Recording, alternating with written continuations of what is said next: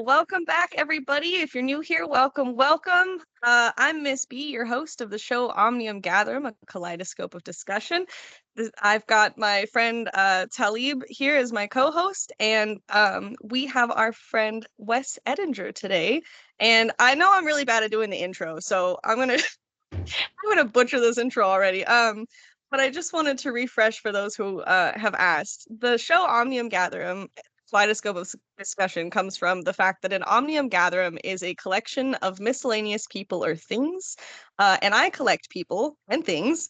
And I love the idea about talking about anything and everything and how everything's all related. And kaleidoscopes aren't just pretty toys, they're like magic tricks. And they're works of art that become more works of art every time you turn around, and every different view that you have becomes a different picture.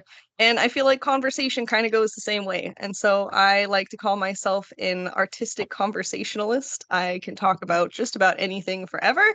And today is a day where I am really excited to actually let Talib kind of lead, because it is his guest that we have. But Wes is the co-founder of the Integral Self-Discovery, and he's a life coach. And I just found out he's also a guitar coach, so that's cool. So hi Wes, how are you today? I'm good. And how do I pronounce your name? Is it Miss Bly? I don't want to get that B. wrong. Miss B, like the Miss bug, but B. with two Gotcha. eyes. There it Yeah.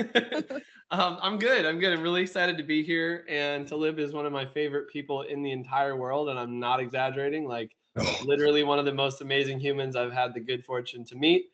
And So confirm. just excited to be here. Yeah. Awesome.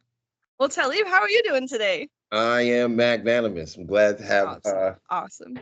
have you on the show, and this is going to be fun. We're going to have some great discussion, and yeah, let's get into a little background on you, though, Wes. Why don't you tell the people a little bit about yourself? So I'm someone who was fascinated by psychology from really early on, and I sort of assumed I was going to do the whole PhD route and teaching, and I kept having these fantasies, these recurring fantasies of like what it would be like to be a college teacher. But the fantasy always included you're there with your class the first day and you lock the door and you say, okay, guys, we're alone now. You can relax. Let's throw the textbooks in the garbage. We're not going to deal with any of that stuff. We're going to have a real conversation. And so, I realized at a certain point, because I have a lot of friends, I went through a whole master's program, lots of PhD friends who are like, man, I don't get to choose my own curriculum. I got all this oversight. I got all this administrative stuff. And I was like, man, I don't know if I'm going to make the kind of direct impact and have the real connections and conversations that I want to have if that's the route that I go. So, fast forward 15 years from that, and it was like this coaching work found me. So my love of connecting with people, having impact, and psychology has all come together into this kind of a cool coaching practice. And I've just been really fortunate at every step of the way. So, yeah. That's fantastic. All right, amazing. How did you get there with the how did you discover life coaching? How did you find that It as discovered me. yeah? How did it discover you? I know. It was one of those things where I kept pushing it away and it kept coming back. It's like, Wes, this is your work. This is what you're supposed to do. So, it started with having to do my own personal work. I'm a non-neurotypical person, and learning to honor that instead of resist it was the first step for me in like really understanding the nuances of how you do deep work with the psyche instead of like pathologizing yourself. And I was like, oh, there's nothing wrong with me. I just don't have a brain that processes information like most people. And that I became kind of my own testing ground about 10 years ago, and got really into archetypal psychology. How do we work with aspects of the psyche? Because I'm a weirdo and I love being a weirdo. It's like, it's one of my superpowers. So, that continued. And then I started pretty soon. I was working with friends doing some of that really deep dive archetypal work. Then I did some workshops. And then I was very fortunate to discover life coaching, and I got my own life coach. And I was always like, life coaching is for like rich people. I'm not, life coaching. Come on. Like what the hell is that? And then, I got my own life coach with a lot of pressure from my last boss, because he was like, come on, Wes, this would be great for you. And he finally said, I'm setting you an ultimatum. You have to get a life coach in a week. And I mean, like, I was an independent contractor, so there's nothing he could have really done. But I took up the challenge, found Gigi Grady, who I will promote all day long. She's now my one of my teammates, as I guess you could say. She has her own life coaching practice. She does a lot of executive coaching. So she became my coach a few years ago, and that opened my eyes to the fact that I could even be a life coach. And a whole bunch of other things played into it that I won't go into. But basically, little by little, I left the job about a year ago, and I've been just the way I describe it. I tell people a lot to read this book called The Big Leap. Definitely read it. I took a big leap. I didn't know what was going on. I didn't have any infrastructure. I just jumped, and the universe just kind of gave me what I needed right when I needed it. It's very interesting. You mentioned the job. We want you to elaborate on what that job was a little bit. So the job was interesting because technically it was a sales job, but the only reason I felt like I was able to do that sales job with integrity was because it was something I believed in. And frankly, there was a point where we lost our entire sales team because we were a startup, and there were some issues because there often are issues with a startup. And I was the only member of the team that stayed for a while as we rebuilt. And the reason for that is because I believed in the offer so deeply. And so I had this, situation where I was technically doing sales. I was what's known as a closer. You get someone on and you tell them, hey, you want to spend thousands of dollars for guitar coaching? And they go, are you crazy? And the whole way that works is you're in a coaching role. And the reason I was good at it was because I actually gave a crap about people. And it's like, if someone's here and they obviously aren't going to get anything out of this, I'm going to send them on their way. But if this is someone where they're saying to me, Wes, I've wanted to play guitar my entire life. Because it was a guitar program. This has been a dream of mine, and I instead had to focus on family and career. And now I'm in my 40s, 50s, 60s. And if I don't do this before I die, my life is going to be unfulfilled. It's like, come on, man. Listen to what you're saying. So the first half of it really became coaching. And then I realized it's like the sales part of it, not so much, but the coaching part, as I got more and more comfortable and was like, I actually care about these people. I want to connect them with something that's going to help them realize their purpose and potential and their creative dreams. That then again became a really natural bridge into coaching because I got more and more comfortable in that role. So yeah, it's been interesting. That's cool. Yeah, right. I can relate to a lot of that too, actually. It's one of the reasons I didn't go into psychology and stuff was because I had teachers that were like, don't do it. It's not what you think.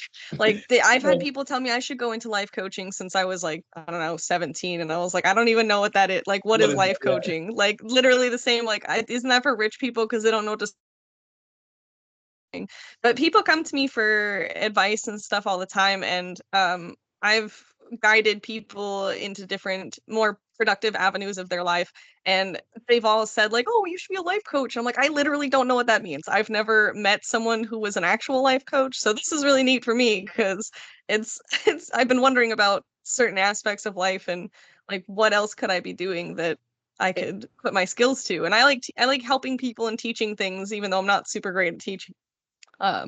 But I also like learning things and being able to share what I've learned so that other people who maybe don't know how to ask certain questions, I see those questions that are being unasked because they're unsure of how to pose the question, I guess. And I happen to like pick up on it and be like, oh, hey, I think you're thinking of this thing, which I just discovered. It's really cool. Mm-hmm. Last week, this thing happened. I went down a rabbit hole on the internet and here we are. Yeah. Now this is what you're looking for. And a lot of the times they're like, yeah, actually, like you just answered a bunch of questions. I didn't even know this thing had a name, or I didn't know there was an avenue you could go down that was easily obtainable through like a community college or whatever. And it's like, yep, look at all this cool information I seem to just be a pathway for. So well, so, and you may or may not end up becoming a life coach, but it was the same story with Gigi. Gigi, one of the most incredible like coaches you can imagine. She was in a sales job too for like 20 years. She was in sales, and she ended up just naturally starting to coach people like you, where it's just like, I'm not even trying to be a coach. It just keeps happening. Why is this happening? So who knows? I mean, let it happen, I guess. It was the same thing for me. It was just like, this coaching thing seems to be happening.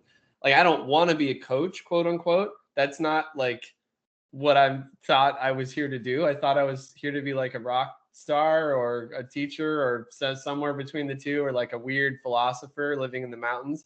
And this coaching thing kept finding me. So, listen to it. If you find yourself coaching people, who knows?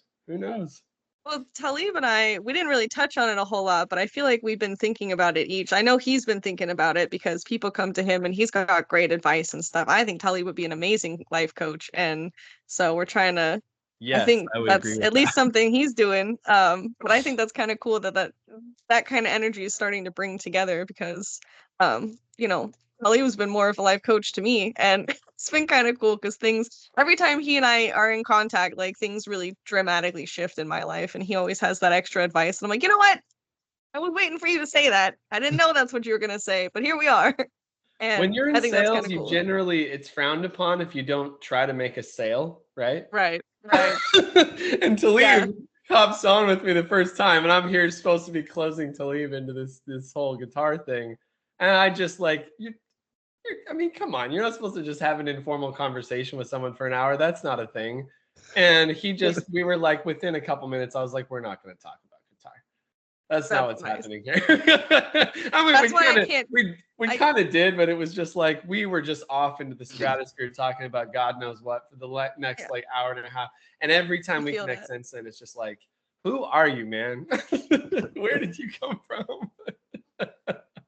Big mood though. Big mood. So, But yeah.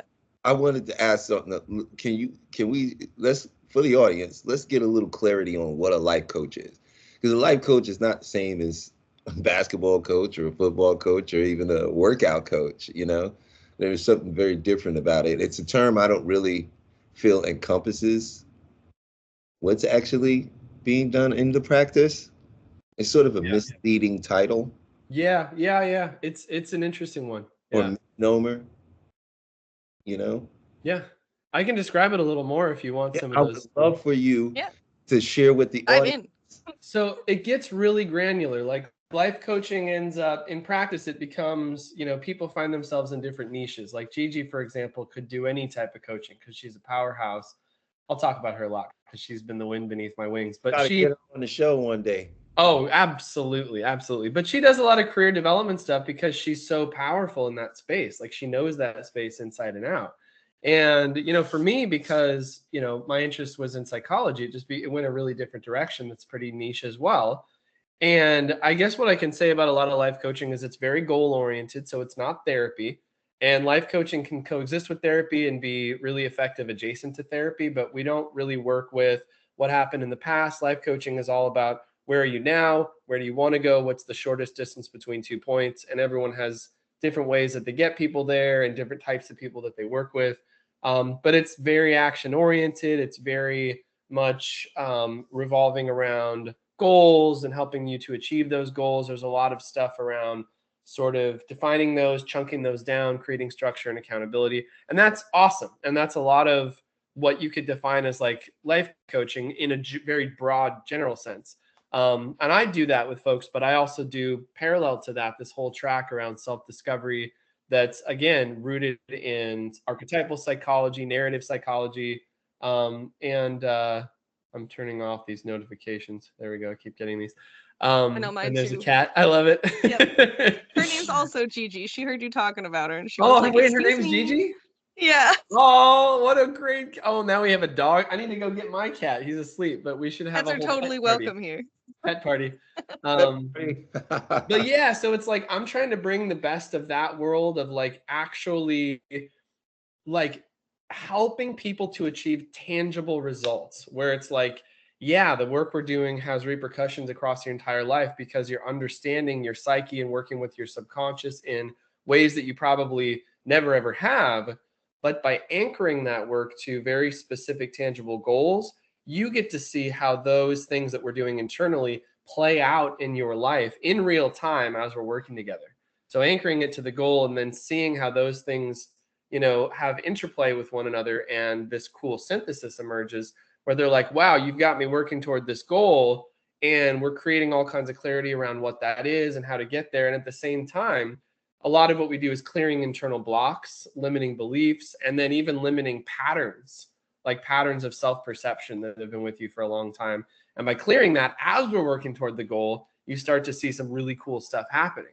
Because we could be just on the psychology side, or if it was more classical life coaching, we could be just on the goal setting side. But because we do both at once, again, you start to see this really cool synthesis. And so it's a lot of fun because you get that hit of like, wow, there was a result. There it is. Bam. You have an example you could use? You don't have to give anybody's name that you helped. Maybe you could share a situation that occurred, maybe. There's so many, man. It's so rewarding. This is one of those, I got so lucky because this is a modality where people's lives change within like 4 or 5 weeks. Like people over and over again are like in tears by about week 4 or 5. But one that's really fun is I have this exercise that's actually a side exercise, but it's a fun example. I call it like the should, when the should comes up. And as a challenge to my clients, usually around week 2, I give them a very small, seemingly small exercise where I say, hey, just for the next week, try this experiment. Take the word should completely out of your vocabulary and reality. It doesn't exist. There is no should. There is only, do I want to do it? Do I not want to do it? If I want to do it, great. If I don't want to do it, then we have to take a look at, do I need to do it in order to get something I do want? So we're creating a direct relationship between what we actually want and don't want, and what does it need? What does it mean that I need to do something, quote unquote? And do I need to do it? And if I do need to do it, let me do that from a place of the thing that's going to help me get to that I want. So there is no need for the should. And I had a client about 2 months ago who like came into the next session just exploding. It was like her brain was exploding. She was like, Wes, that's all my life has been. It's just been nothing but should all day long. And she was like, she looked like light was exploding out of her face. She was just like, that by itself, and it wasn't even like a main thing we were doing together, but she was like, that by itself just, so there are these little adjustments, these seemingly small adjustments that you can make that like we don't think to do. There's basic stuff that we don't think to do. We just sort of, oh yeah, I should get up because I should, I guess I should go to work now. And it's like, there's no relationship to, yeah. That's very profound, Yeah. I was gonna say that blew my mind actually, because you know, get rid of it. There's no need for it. It serves nothing. The should serves nothing. Yeah. Well, it does serve as a waste of energy, it really does. And what happens is when you end up in a tug of war with yourself about things you think you want to do or may want to do, right? And so a great part of the time of an energy of actually doing what you would want to do is actually spent on the conflict of it. Yeah. And usually if you make it through that conflict, you're worn out, you're tired. I know. Emotionally, energetically, right? And which also creates a psychological dilemma. It makes a person, it can make you feel as if, there's something wrong with you. Right. Right. The focus is all about, What is it? It's just a mismanagement of energy and thought. And another great thing about that I noticed is that gets into neuroplasticity, Mm-hmm. and so you're shortening the response time to things by creating synaptic firing in your mind, creating a direct relationship with behaviors, because once you take out the should, then you remove that element of the constant normality created around not getting things done. Yeah. Because it becomes a behavior. Yeah. Right. Yep. And so that's just a small example, but I mean, we get into, I have the metaphor of like upstream and downstream a lot because people have all kinds of internal obstacles, but in the space of a couple of months or a few months working with someone, it's not like you can just run around trying to, we don't talk about fixing ever. There's no fixing. It's just identifying and then putting our energy, our focus and attention somewhere else. You don't try to rip the weed out of the garden. You just go, oh, cool, there's a weed. How's it going? How's it going, Thistle? And then, because if you try and rip it out by the roots, it just comes back next spring, right? So instead we plant something new and beautiful that we put our attention into and the weed dies on its own. But you can't just go around trying to do that with a million different things. You have to focus in a few areas that are going to have the highest impact for a client. So we spend a lot of our time with the analytical mind, the first few sessions, gathering data. Where are the obstacles? We're finding patterns together. And once we've identified a handful that are, again, kind of in this metaphor of like the furthest upstream, the biggest core obstacles that are creating all kinds of other blocks. And if you can help those to move, you're going to see downstream movement in all these other areas of your life naturally. And so once we identify a handful of those, like when we start then engaging with the subconscious and flipping those around and planting the really cool new stuff that, you can have a handshake with the subconscious and it can begin to accept that as a new reality. You start to see changes really quickly. Because if you've found the ones that are going to have the highest impact downstream, like I see people within a week or two going like, oh my God, the relief of not having that particular limiting thing, like nobody likes me, or I can't trust people, or people are just going to let me down no matter what. Like those are limiting beliefs that are just running in the background and you're seeing everything through that lens. If you start to move that and shift your attention to, I can trust people. I mean, it's such basic stuff. It's basic stuff, but you have to work with it carefully. And if you do, and you can actually get that new message to sink into the subconscious and start to take root, it's like stuff happens fast. It's really wild. I find the Sedona method is how I like to achieve that. I love the Silva method. Oh my God. Yeah. But also the Sedona. Oh, Sedona, right. Sedona method I find is miraculous for a lot of that, especially in the moment. Because, like I've discovered that it has a lot to do with your neuroplasticity, your ability, and as you said, behavior, but and the suggestibility of the subconscious. The subconscious is really plastic in and of itself.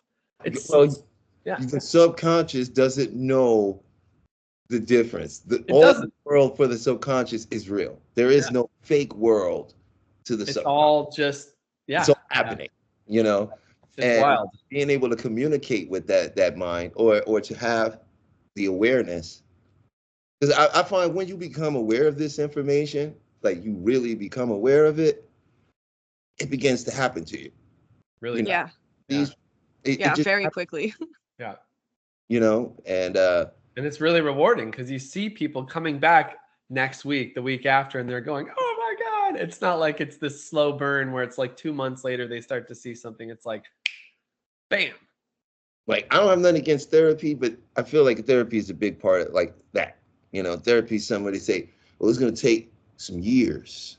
Well, there's and I just want to say if you have acute trauma, then working with the past is important. Like there are all kinds of, cognitive behavioral therapy, I think is really helpful. I think that, things like, there's all kinds of like emotional freedom stuff, like EMDR, emotional desensitization, repro. Like there's a lot of stuff that if you really truly have trauma, especially somaticized trauma, there is a place for that adjacent to this. But this is like, let's focus on, again, just where we are and where we want to go. Let's not worry about how we got here. Mm-hmm. Mm-hmm. I also want to acknowledge if there's acute trauma, then that's going to be, especially if it's in your nervous system and it's gotten so deeply into the nervous system that even working with the subconscious, I've now started working in tandem with the somatic therapist with some of my clients because he, as I'm doing the work with the subconscious, starts to bring in breath work, emotional freedom tapping, which is amazing, by the way. Yeah. That stuff. Yeah. Absolutely. Get it into the body because the body knows. The body keeps the score, Remember we did the tap? Oh. Yeah, we did. Yeah, we did. One of our first episodes. Yeah, I took Wes through a tapping session once. We did, He's done it with both of us. Yeah. It's amazing stuff. I needed that recently. And when we did it, it was like, what? Yeah. Amazing stuff. It's a great way to release. I understand, that there's, but see, the thing is with that is like, that's where, where you get into different modalities and different Eastern philosophies about it being stagnated energy, right? And there's truth to it, man. Yeah. Stagnated energy is something that doesn't have to take a lifetime to get rid of. You can get it to move. Just get it out of there. It's like, let the energy go. And most of what you were speaking on earlier is, and I like the audience to understand that what he was talking about is, it's a choice. How you feel is a choice. You may not know that. That's the thing, is people don't even, we're just there's so much happening coming at us. oh my God, I have to earn money or I'm not going to be able to keep a roof over my head. Oh my God, this thing's happening. It's like sometimes it's just, I mean, we evolved for tens of thousands of years and it didn't look Right. like this at all. It was like you could hang out. You could hang out for a whole day and just be like, yeah, hanging out by the fire. Kids are running around. Might go catch a deer later. Whatever. You know what I Right. mean? Like we evolved to have like not that much data coming at us constantly. And like, what is this? This is all within the last like 200 years where it's ramped up to the point where we can barely even think anymore. We can barely function and we're pretending like it's all fine, but it's not. It's not fine for the nervous system. So where's the choice in that? If you're constantly in reaction to and in response to, so it's even making people aware that it's a choice. And they go, really?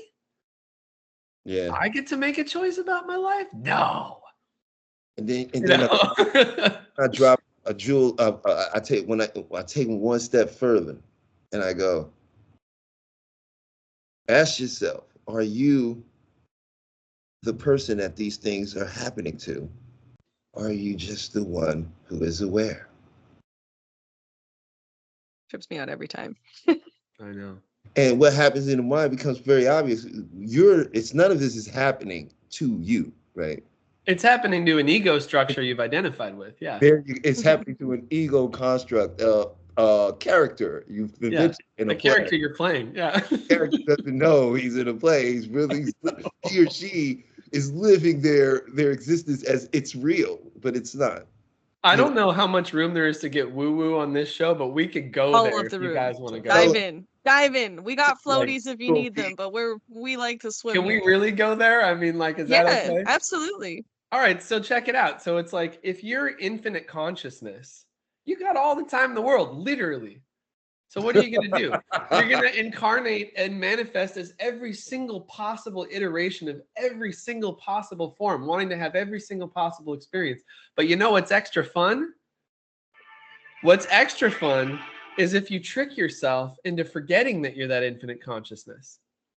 That's really fun. And it's not fun when we're here because we're like, what the hell? What is all this? Because we don't remember. But we are that consciousness tricking itself into being a character in the play because it's way more fun because then it gets to distract itself. It's totally in the play because it knows that as soon as the play is over, it's going to go backstage again into the astral or whatever and just be like, oh yeah, cool. What's next? You know? The funniest part of that, it's not here. It's still there. It's not here. It's not here. It's still there. There is no here. I know. But see, it's so human, man. Time is because we're here and we don't remember. Well, yeah, and all of us look for the supreme source to experience itself in all the creation it already created. Right? Someone has told you that there's something other than this. Yeah, we're all telling each other that. We're getting from birth. Yeah, it's like someone has told you this. Yeah. But you don't know. But every person who's had a near-death experience, myself included. Oh, you're talking about someone's told you there's something other than this, but you don't know it. I get what you're saying. Yeah. You don't know. Yeah. Right? You think this is all there is, but you don't know that. You think there's either nothing or there's got to be something other than this. There is nothing other than this. This is all there is and all there was and all there ever will be. And it's infinite. What is this? That's the interesting thing. What is this? That's easy. What is this? It's life. Yeah. Life is when consciousness separates itself and gives itself an identity. See, when you separate from source, this is how it's simply said as this. There is me, and then there's everyone else. Mm-hmm. The moment you do that, you are separate. Now you experience what you're calling life. There's a cause and effect to everything now. Mm-hmm. Right? Because you are imagining that you are separate from all that there is. Well, and there's a whole nervous system that, as you're a kid, there's part of I mean, I love, developmental psychology too, because it's like, it points to that. There's a stage as a kid at which that ego starts to form. And that, because when what's so beautiful about kids who are like 1, 2, 3 years old, they don't have that yet. They don't Right. really Yeah. have that sense yet, and then all of a sudden you're about 5 years old, you go, whoa, she said Oh my God, when you just like she said wake my up. hair looked bad, or dad said I shouldn't do that, and all of a sudden it's like a lot of the time the formation of the ego also gets formed out of shame or formed out of like this alienation. Oh my God, am I is there something wrong with me? There's that too. So it's like even the formation of the ego is not like a happy thing. And I remember as a teenager, Talib, that like I was desperately trying to build an ego structure, like actively, like desperately grabbing boards and nails and trying to nail something together because I didn't feel like I had a self. And I think a lot of teenagers are in this incredible existential panic because the ego is just this shaky thing. And then we work so hard in our 20s to build the crap out of it because we think that's what we're supposed to do to be okay. And everyone's telling us, yeah, you have to have a career and a life and all this stuff. So you have a whole society over and over and over again reinforcing that you're supposed to have this big beefy ego structure to be acceptable and accepted. And there's all kinds of terrible stuff that happens along the process of like self-doubt and shame and self-esteem issues. And then Well, you end up interacting with someone like Talib and they're like, that's Let me break your reality for a minute. yeah, you didn't need to do all that, man. that's the Protestant ethics stuff. That's where a lot of the ego structure here comes from, that and the shaming. Like a lot of our parents Yeah. in a robotic era, they weren't allowed to have emotions. Okay, Right. allowed to have a lot of feelings. They weren't allowed to explore themselves. Yeah, we're Right. the inheritors of that unhealthy stuff. Yeah, it's Constantly fighting to explore yourself and also not feel weird about it. Say that again.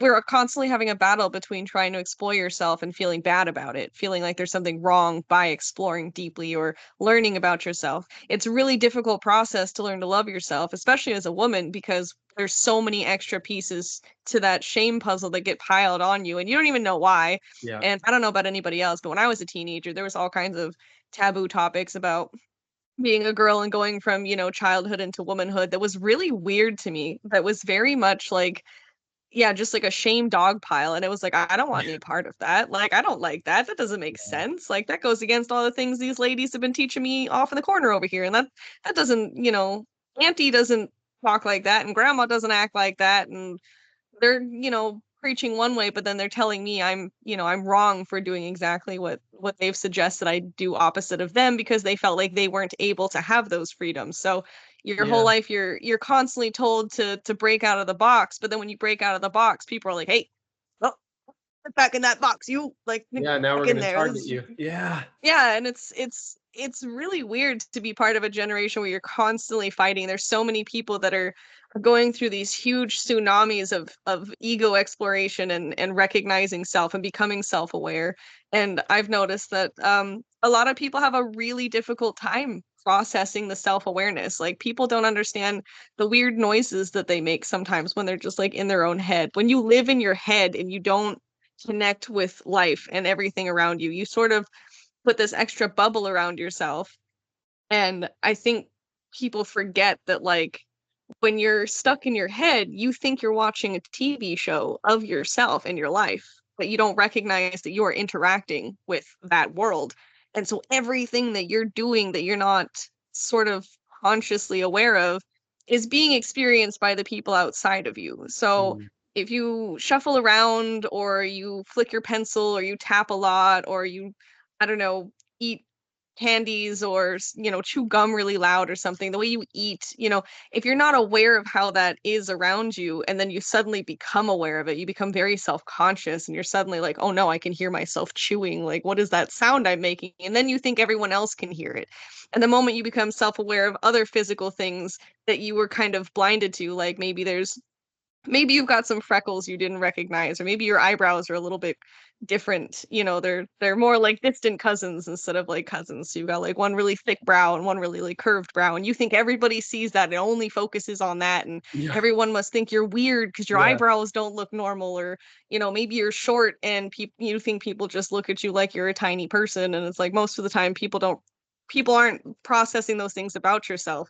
And the process of becoming self-aware and then also trying to be comfortable with yourself and who you are and who your ego structure has become and like what you put outward, it's a constant battle between, is this okay, is that safe, are people going to be okay with that, should I just say I don't care what people think, should I, how do I, it's weird for people to start like breaking that mold. And I think we're in a generation that's really open to breaking those molds and busting those boxes and building new structures, but because we don't have a lot of guidance from the people around us to on like where to go once you break out of that box, I think that's kind of where this big collective of awakening is happening right now, especially with like life coaching and stuff. People are recognizing that like they need help, but they're like, where do I go to get Right. help? Right. Because my peers don't understand what I'm going through. They're not aware. They're off in la la land, and I'm recognizing these things that are happening, and people are, when you go from being an NPC to like a player character, it's sort of like a weird shift, like when you suddenly can make changes in the world and you're not Yeah. just living on a loop constantly.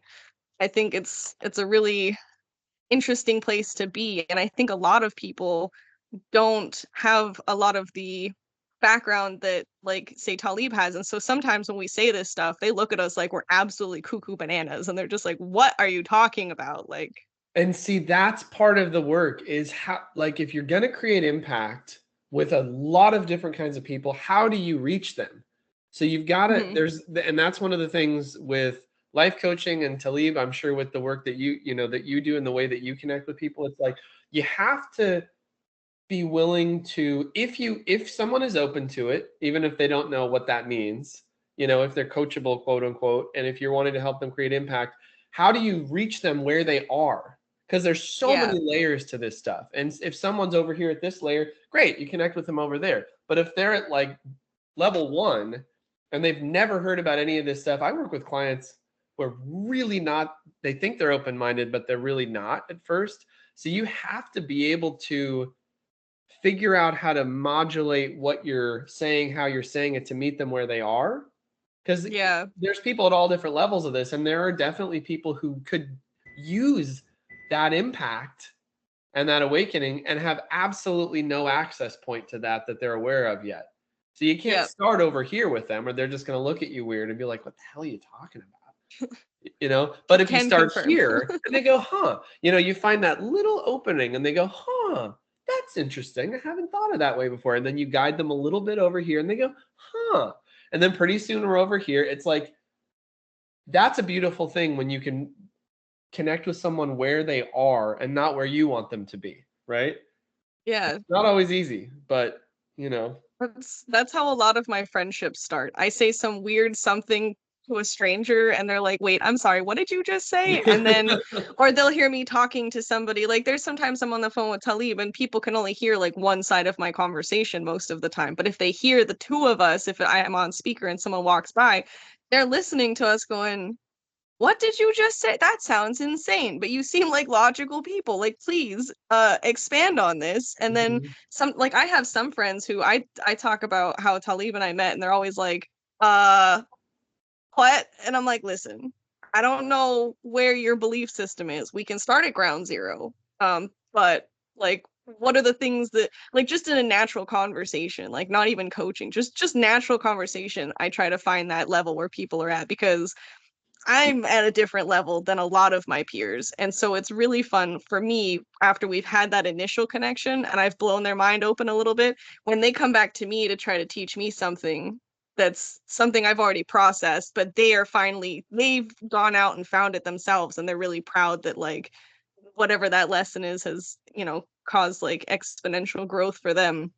They And come back and they're like, "Yo, check out this thing I learned." And it's like, "Yes."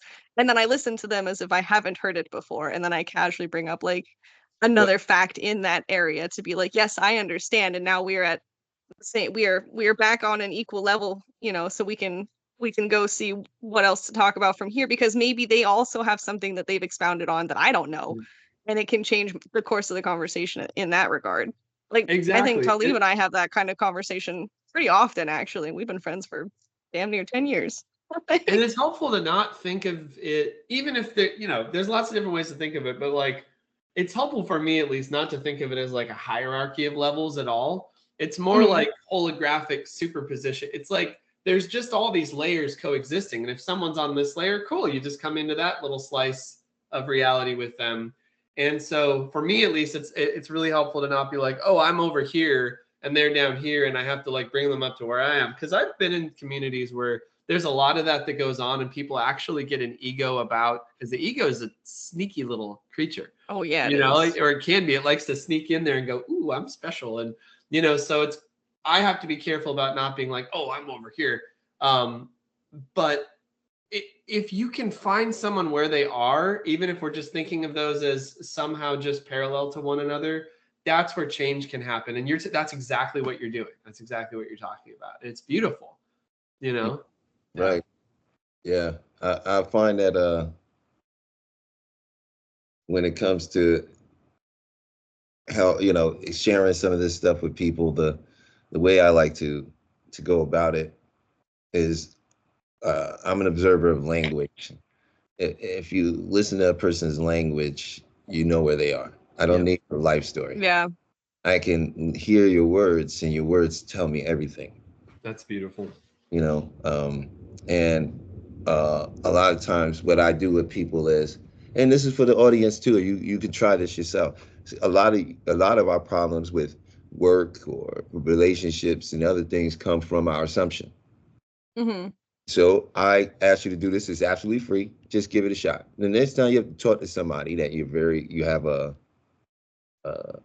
relationship of resistance with, right?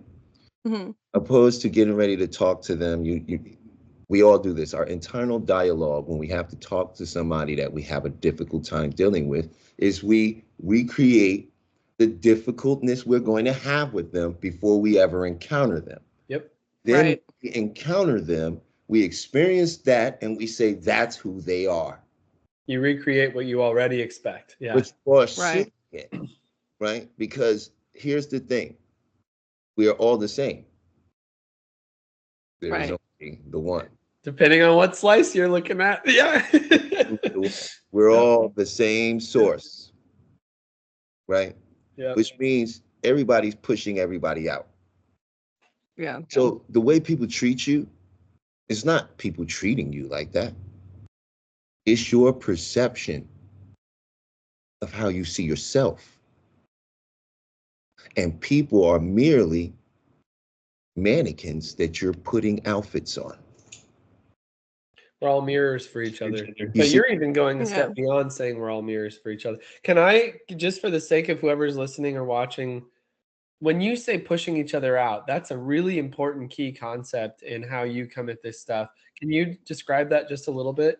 Well, okay, pushing each other out is like this, to say the world is not happening to you, it's coming from you. You believe the world is out in front of you. You're touching things. You think you're touching things. You believe this, but the world is not happening. Your eyes don't see. This is a known fact.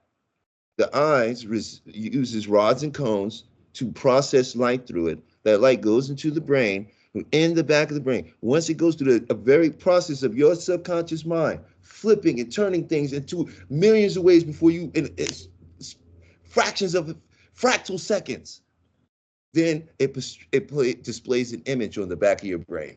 That's the world in front of you. Yeah. But it's not in front of you. It's being pushed out. It's in you.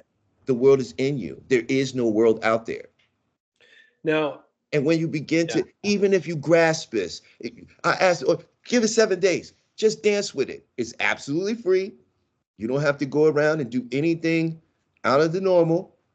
Okay? Just dance with this for a little bit. Try it out just for 7 days and see what happens. Right? You are the orientation of your world. Don't believe it. Look at science. In space, you are orientation. all coordinates come centered from you. Hmm. Because there is no up, there is no down, there's no end. Oh, I see what you mean. So the Right. orientation is you. So remember that here. Yeah. This is not real. You still in space. The orientation is you. That's why everything feels personal to you. Do this. Assume that whoever you have a problem with, the next time you have to talk to them, they're going to say exactly what you want to hear in a loving, kind way. Always a win-win-win in your mind's eye. I did that after you told me to do it, by the way, and it worked. Yeah. Okay? And watch. Watch what happens. Okay? Assume everything or whatever you got going on for that day is just going to go flawless. If you throw in the only way to defeat doubt is to never have it. Mm. The moment you begin to introduce doubt, you have sabotaged yourself. Mm-hmm. Mm-hmm. Time to go to sleep. The only way to reset this world is to go to sleep. Take a nap. Yep. Reset the nervous system, reset the subconscious mind, and go again. Yeah.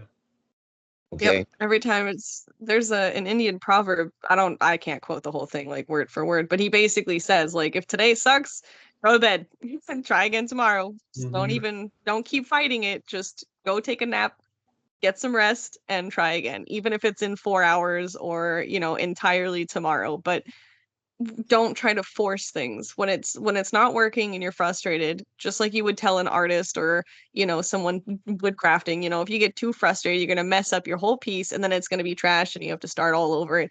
Instead of pushing yourself to that limit, just take a step back, take a break, just walk away and do something else for a little bit. That way when you come back to the project or the feeling or the experience, you can feel a little bit more refreshed and you don't feel like that weight is on you from it not working out, however it was you tried to do the first time. And here's how you do that. Never look at doubt as doubt. It's a bridge of incidents. Trying to get somewhere, but you haven't gotten there yet, doesn't mean you're not going to get there. That's true. It's a bridge of incidents. And if you start putting this in your higher self's hands, you don't know how it's going to play out. That's where the ego comes in. See, the ego operates on who, what, when, where, why, and how. Because it wants to be in control. The ego's not some horrible enemy of yours that wants to destroy you.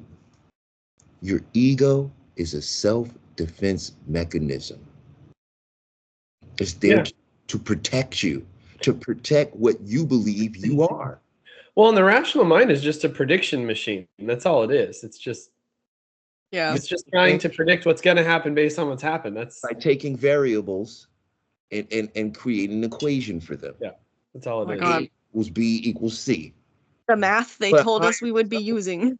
Higher self, the universe, the divine, God, whatever you choose to call that higher power, is operating in linear time.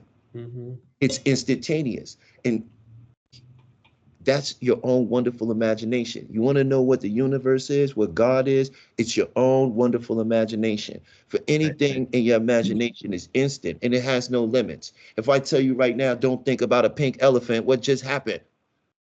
Oh no, but they don't even exist. Can I get on my soapbox for a second? I don't want to interrupt you either. No, I want you to. Absolutely. This is it, you guys. This is my jam. This is the reason. Like, you asked me why I do life coaching, and I was like, yeah, it kind of found me, but it's like, this is it. This is the bridge between our little, individual consciousness going through my day and just like the normal humdrum, all the way to the infinity of existence and godhood and infinite consciousness and quantum, all of that. The bridge is the subconscious mind. It's like the subconscious is this way station between this tiny little edge of the iceberg that we call the ego and the analytical mind, the conscious awareness, which is mostly just this little prediction machine. But underneath that, you have the meaning making machine of the subconscious mind, which is producing meaning constantly. But then what's behind that? Huh? Now it gets interesting. So that's why I'm so invested in spending my life working with the subconscious. Because it's this really interesting bridge between all of the little ego crap that we call real life and a whole other layers upon layers of reality. The subconscious somehow is the bridge between those. And we don't really understand how it works. It's the servant.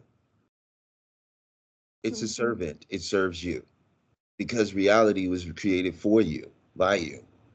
Suffering is not something that's even real. It says it truly exists. It's in the mind. Right? These are all stories. And the whole world is a story. And the powers that be know this, so they have tainted our minds and given us ideologies that are terrible stories that puts you take good people and make them feel morally responsible for everything. The bad news is they we're really they believe money is evil. If I want to be a good person, I can't have a lot of money. If I really want to be a saint, I can't have a lot of money. But then how can you help a lot of people? Yeah. The bad news is, Talib, we're really suggestible. And the good news is we're really suggestible.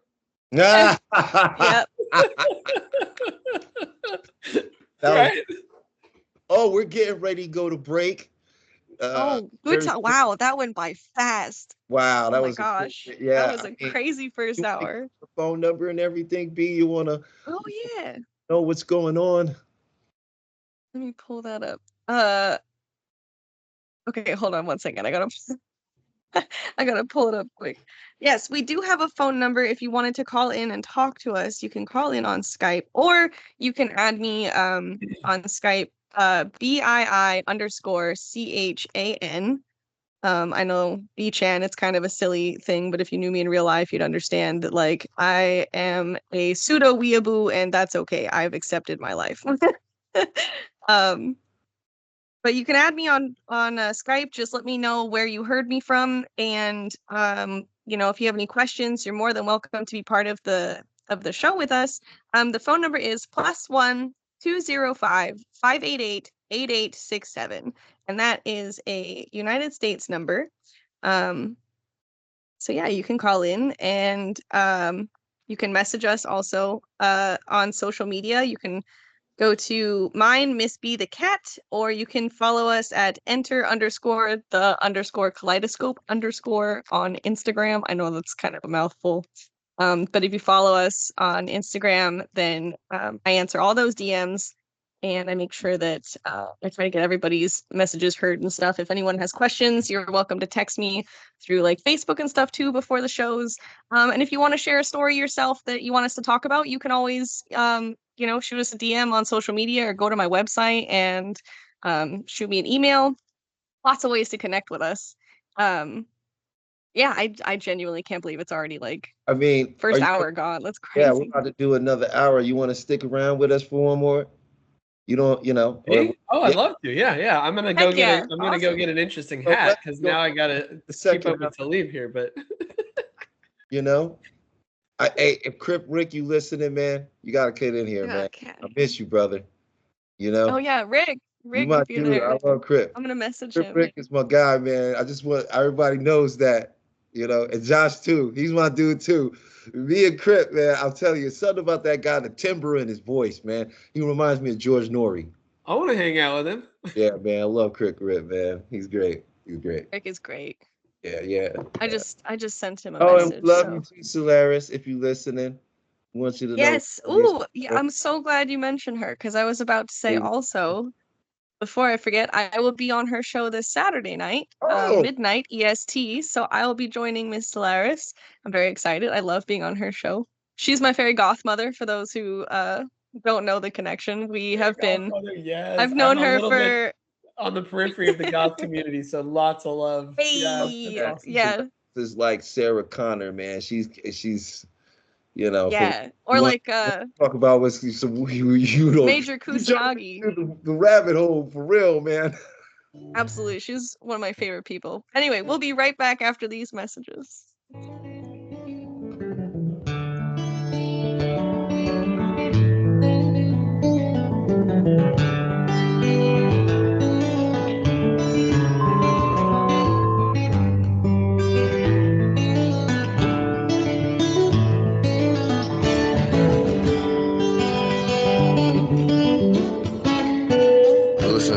Revolution Radio at freedomslips.com. And we'll be right back after this message.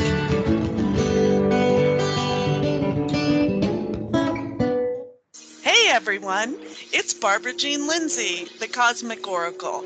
If you have questions about your past lives or future plans, need answers from the cosmos about your love life or career, or just want to keep your finger on the pulse of the planet, check out my show, The Cosmic Oracle, here on Revolution Radio at freedomslips.com.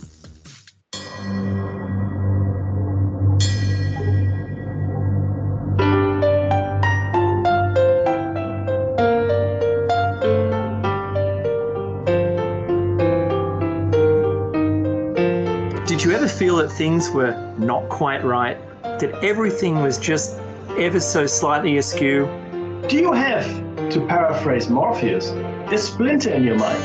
If you're interested in hearing the latest information about UFOs, the paranormal, Ancient cultures and structures, monatomic elements, longevity, fantastic discoveries in science, downloaded to your brain, then tune into us. Hi, I'm Dave. and I'm Mackie. And we are Shiny Side Out, Sundays 2 to 4 a.m. Eastern.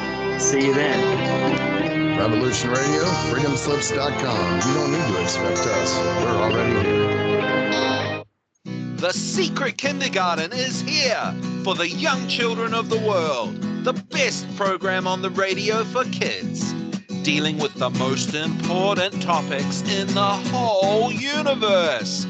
Fairy tales, music and movement, numbers, plants, animals, fun, colors, insects. Take care and cast your ears out to catch a story from the world of other young things. Reach out, up, under, and over. Sing a song. Talk about feelings. Just remember the magic word. The magic word is no. Step on into the Secret Kindergarten. Saturdays, 2 p.m. to 3 p.m. Eastern Time, right here on Revolution Radio.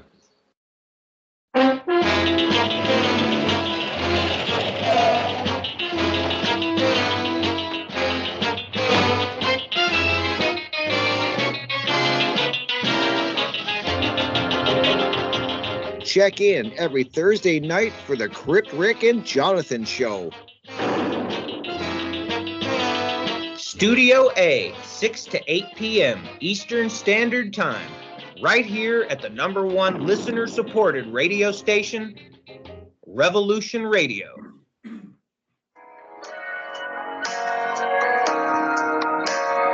Join me at Revolution Radio, Studio B, at 11 a.m. on Saturday for Free Association,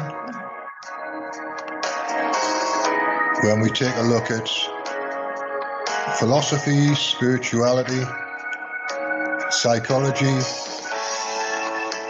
social issues, and geopolitics.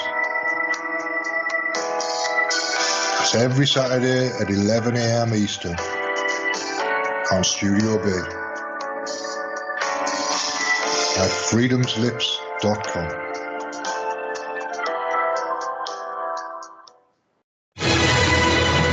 I want to thank everybody for listening to Revolution Radio at freedomslips.com, the one place where information never sleeps. Revolution Radio.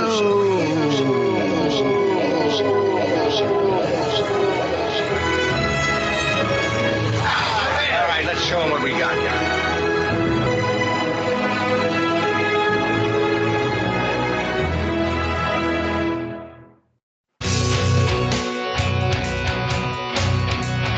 All right, thanks for listening while we took that short break here at Revolution Radio, freedomslips.com. And now we're going to get back to your host.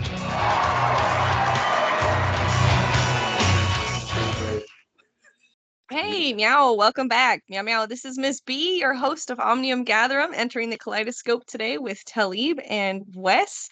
We were just talking about how it is to blow people's minds and open you to your self-conscious, and how your self-conscious is a bridge to processing your ego and your reality around you. And Wes has just joined us back again with his really cool David Bowie hat. That's pretty neat. I This like is that. a custom, one-of-a-kind, hand-painted hat by a local Bay Area Oh, artist. hell yeah.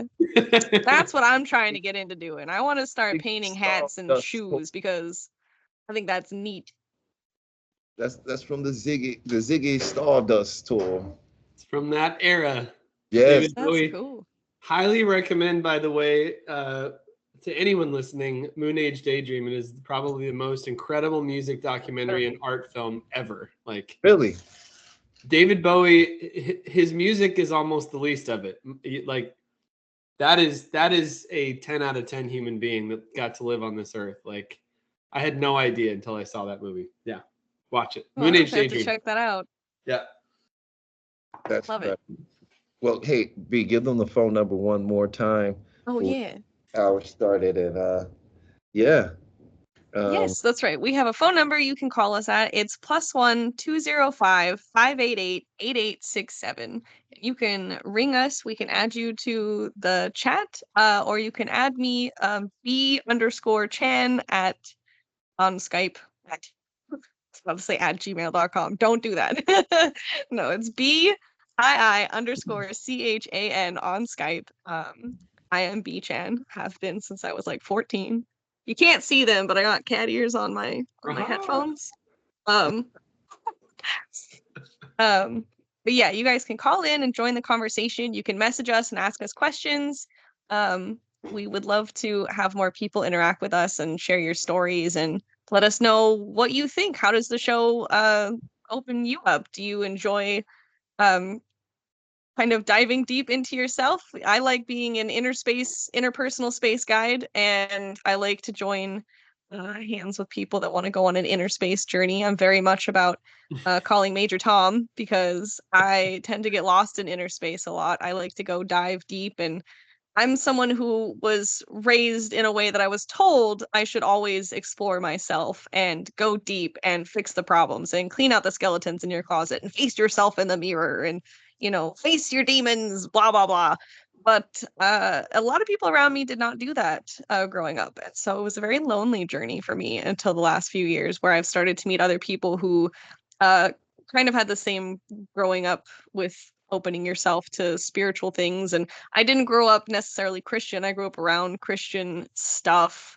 But I had a lot of like hippie dippy friends through my dad and my grandmother, and there was a lot of interesting spiritual crossovers when I was younger. There was a lot of people that said they were witches. There was people that said they were shamans. There were people that were just spiritual and just had crazy experiences. I've had intense spiritual experiences my whole life, and I've never really. I don't mean to cut you off. I did mean to cut you off, but I didn't mean to cut you off. We do this with every guest. It's true. And it's usually on the second hour. So before I know exactly where you go, but yeah. Wes, give us your viewpoint on extraterrestrial life and aliens. Oh my God! Can we really go there? Can we? Yes, absolutely. Wait. Can we go there? Let's blow his mouth. No. I got it. I got some strong opinions. If you want to go there. Tell them how we met, B, and then she's gonna tell you how we met, and then you're gonna go there. Okay? How's that? Okay. So it's set the pace for what you. So you'll even feel more comfortable. Good. This one's for my dad. So, excuse me. So this one time I was abducted by aliens.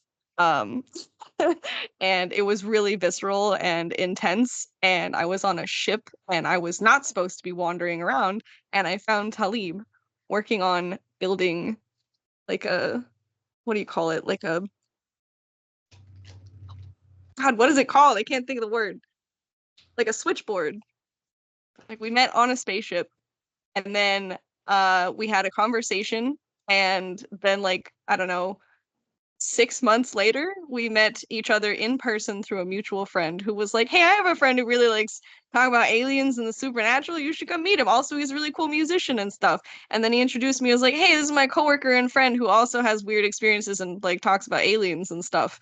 And we looked at each other and we were both just kind of like, why do you look familiar? And it took us, I don't know, maybe 15 minutes to figure out that we'd met each other from an alien abduction experience, and we mutually had a very interesting experience from different perspectives. And since then, we've had a couple of crossover experiences, and yeah, so we definitely go there, bro. That's wild. We dive Wow. deep. When I say we dive, we'll swim. I'm telling you, like depths of the ocean. NASA don't even touch us. We go so There you deep. go. I love it. I love it. Yeah, we go down places where the submersibles. Man, okay. Yeah. So we're gonna go there. Go there. But Give us your. Talib, you're gone. We got no picture. Oh, I'll be right back. I'm not going. I'm still here. Now I'm really glad I got the David Bowie hat on. We're about to talk about the Absolutely. space oddity right now. So my mom's side of the family have all had experiences. The kids at least. So my grandmother and then her 3 kids, which was my mom, sister, brother. They've all had experiences. I have friends who have also had experiences.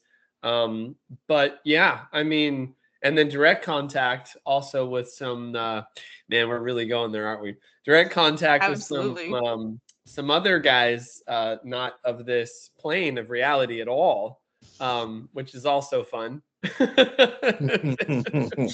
we can talk about all that. But I mean, if we're gonna again, reach folks, who knows who's listening right now, but I'm always Everybody. into extending the stick and like trying to reach across. And so I'm a huge fan of the scientific community, but I think we've got some issues going on right now where there is sort of mainstream science, and believe me, I'm getting to a point. I'm coming around to a point here. You're good.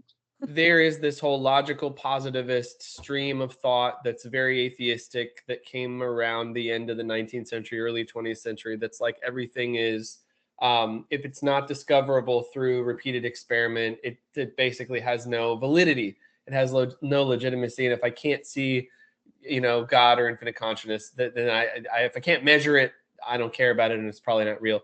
And but at this point, the aliens thing is like ridiculous. It's ridiculous. It's where we're not talking. I mean, like the conversation about whether God exists is like at a way different place than about aliens. Like at this point, it's like, give me a damn People break. get way heated about No. aliens. It's like, give me a damn break. Come on. Like we've been there's a giant mountain of case studies, direct, reports, evidence. It's like, it's just silly at this point. I mean, so there was like a gag order on a whole bunch of these military folks. And what happened was, I mean, a lot of you listening already know this. A bunch of these documentaries have been coming out for whatever reason.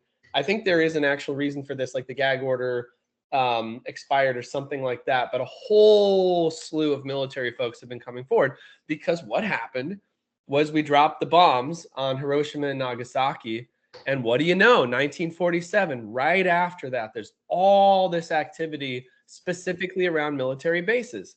I wonder why. Yeah, Because no somebody was like, oh crap, they're going to blow themselves up. And if everything is superimposed and it's a multiverse and you have multiple realities superimposed on one another, who knows how that affects and ripples across other realities. So it's like somebody was not real stoked about the fact that we had detonated these atomic devices, from what I can surmise, because the amount of alien activity that was reported like skyrocketed, and a lot of it was around these military bases. So first of all, okay, if we want to really like get down and dirty with people who have absolutely no who are really skeptical on this topic, like what good does it do a well-decorated, honorably discharged, like ex-military person who's had a long career? What good does it do that person to go out and say, I had an alien encounter? It does absolutely no good. You have to follow incentive. You have to follow, human behavior. And it's got to be a pretty powerful experience for someone to risk their entire credibility, their entire career. Right. The credibility of their entire military career, where they've reached, a lot of them are like high-level officers who are coming forward and saying, hey, you know what? I've been quiet about this since I was in my 20s, had a long and distinguished career. And there's every reason for me to just go to my grave, not mentioning this, but I can't do it. I can't be silent on this. I've been silent for 30, 40 years. I can't do it anymore. And they're coming forward. And there's lots of them, you guys. Absolutely. Lots Yeah, of them. we've actually had I think Solaris has had a few people of that caliber on her show. And I know there's a couple other shows on here who have had folks come on who have said the same thing. Like, yeah, I've got a really big reputation in my career field, and Why would I'm you in come and forward around and risk that? sciences. Exactly. Like, it's And not someone looking for attention, you know? right.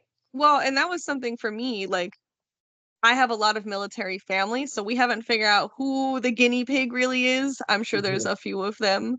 But I was in a MK Ultra and like alien abductee group support group for a while through Misha Johnston, who I met because of Talib, which is how I met Solaris. And hearing some of the very common experiences some of those folks were having to me made me feel very safe compared to like the sanity that I felt I was losing because people around me were like, "Oh, you're just so it's all your imagination. Oh, you're just such a creative person. You just can't tell the difference between dreamland and I was like, "Bro, there was weird little men in my closet last night. I don't know why they're in the closet, but they came out and they took me and I was on a ship and they showed me the end of the world. I need to talk to someone about that." And it was almost That's like, kind "Oh, of that's something really I need dark." to talk And to it's like, someone about. I was like, I need an adult, please. And you know, people, I come right out and blurt that stuff all the time. Like, this one time I was abducted by aliens, and this crazy thing happened, and then there was this person who didn't believe in aliens who now doesn't know what to believe in because they definitely saw aliens, and we were both definitely abducted in the middle of a neighborhood. We saw all kinds of scary things. Like, I don't know if anybody has seen Signs. Obviously people have seen Signs, but like that movie used to terrify me so much. I could not figure out for years why that movie was so horrifying to me because it's not great. Like I like it, Was but this post abduction that you saw it or before? Technically it was post because I've been abducted since I was a kid, but I didn't know any of that because it was kind of blocked out for a long time. And it wasn't until I met Talib and I was sitting in my house with my brother and we were watching Signs in the middle of the day, and one of the clips of the thing like walking across the like camera view or whatever, it triggered something in me and I started having a panic attack and my brother was like, "Oh my god, they're real?" And I was like, "Yes, bro." Like, what do you mean? Like, why are you looking at me like that? He was like, "Your fear is a weird confirmation that something isn't right." And he was like, "Is that why you were freaked out the other night?" Like, there was one time I was in the car with a mutual friend that Talib and I had, and I was getting out and I closed the door and I looked at him and I thought I was saying very calmly, like, "Oh, there's an alien in front of my door and it looks like a silent from Doctor Who." And then I just started crying. I was so scared. I was like inconsolable. I was begging him not to make me get out of the car. And I was like, "If you get out of the car with me and walk me to my door, I will accept this. But that thing is standing right there next to the bushes. And I don't want to walk past it alone. Like, if I'm crazy, you can just help me get into my house and I'll go have a crazy conversation with my mom about what kind of therapy I need to be in. But in case it's not in my head, I don't want to be the only one getting out of the car." And he's looking at me going, "I don't want to get out of the car." It's like, if that thing is real, I don't want anything to do with it. Like that's terrifying. Like the silence from Doctor Who gave me such a fright. And watching Signs like immediately after that, my brother being like, "Oh my God." There was an experience even after that where people would come to me and be like, "Hey, do you think aliens are real?" I'm like, "Yo, let me tell you a story." And they'd be like, "Oh my God." Like I would just talk about little green Martian men. Like, "Do you think there's going to be aliens on Mars?" And I'm like, "Yeah, probably. It's space and things are coming from it. Things are coming from the ocean. Things are rippling through time." Like I've seen literal tears in time just appear and things have just walked out. And then I have to sit there and just be like, "Yep, that just happened." Like, Yeah, and I think I've seen some shit, dude. I think what's challenging is we're at this stage where people are like willing to talk about those experiences, but you've got a lot of human beings who are extremely threatened. And so, because there's no bottom to the rabbit hole, not really. Anything you Right. can It just imagine exists goes. in some plane of reality in some way, shape, or form, because reality and consciousness and manifestation and it's infinite. And if there is a multiverse, which luckily, thank God, like, mainstream physics is becoming more and more warmed up to the idea of a multiverse. Like, of course, stuff is going to pop in and out and pop through. Like, you think, that these, you think they're traveling like, okay, here I come. That wouldn't work. Like, do you know how far away the nearest star system is? Like, you can't travel that way. The technology that we have, that we would imagine linear space-time travel through actual space and time through the vacuum of space, that's not going to work. The multiverse, the interdimensional travel, like, we have no idea how folding space and time would work. We have no idea how any of that starts to work. And we have no idea how quantum reality actually functions. Like, quantum consciousness is really threatening, all that stuff is like, it's scary because we don't understand it. So it's someone scary who talks even when about you an think alien you encounter, understand it. or someone like my mom, who's had tons of experiences with ghosts, aliens, creatures popping in from other dimensions. It's like, mainstream culture doesn't know what to do with that because it's scary. Humans are scared by things they don't understand. They've always been scared. That's why witch burning was so popular. It's like, hey, we don't really understand what these ladies are doing. Let's burn them alive. That seems like a great solution. We've just, we have a long history. Or back in the day when the church, I say really the Roman Catholic Church, you had scientists saying the earth isn't the center of the universe.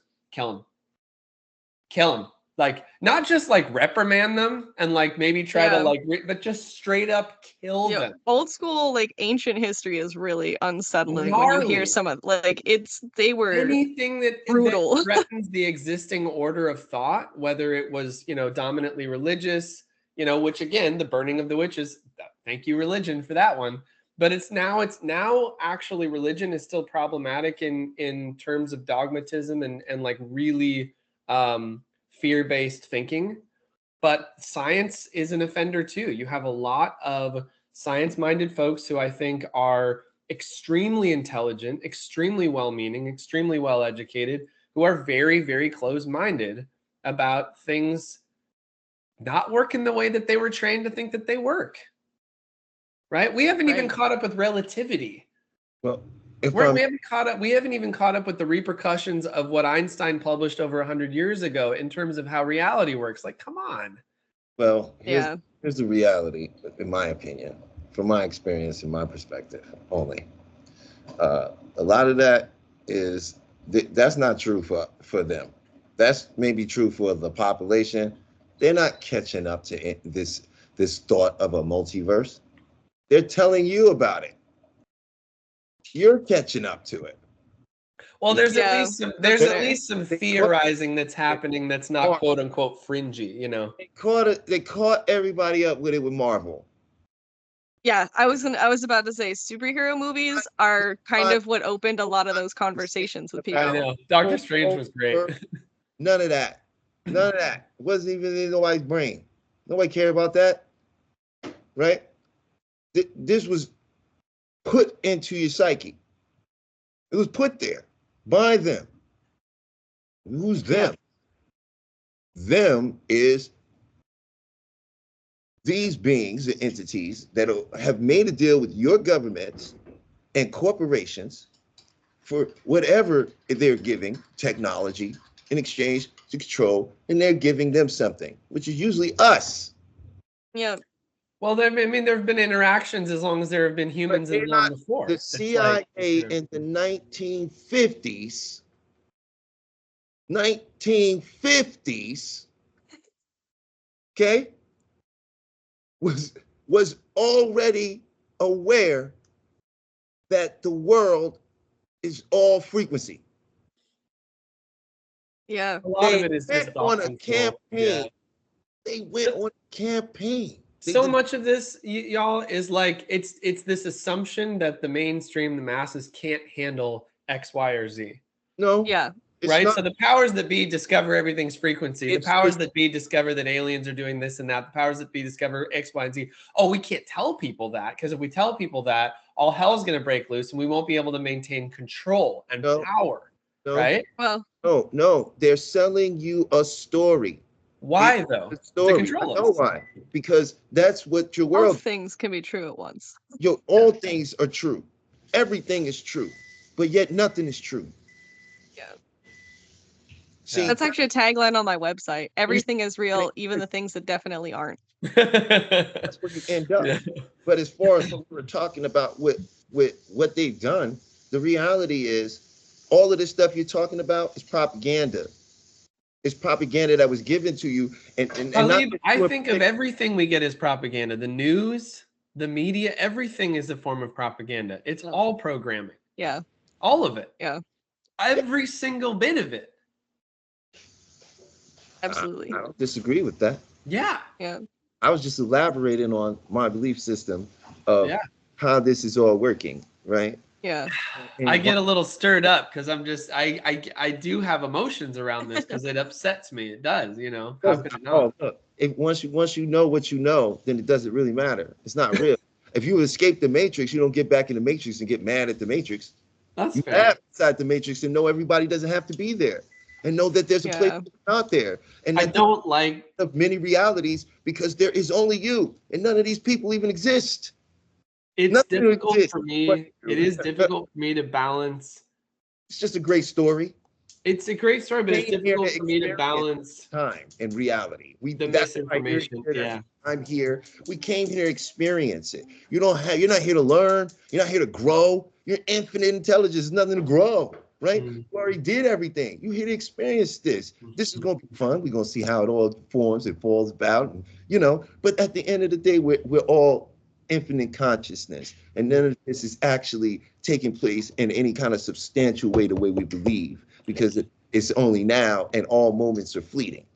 One of the things that's always fascinated me about you, Talib, is that you're aware of all of this, but you don't get hooked by it emotionally. See, I'm still at a state of my own development, which I'm humble about. Like I still get mad. Oh, dude, I still same. get triggered. You And get I'm riled like, up. how could you do that? Like, how can it gets sticky for me. And you're like hanging back, you're like, come on, Wes.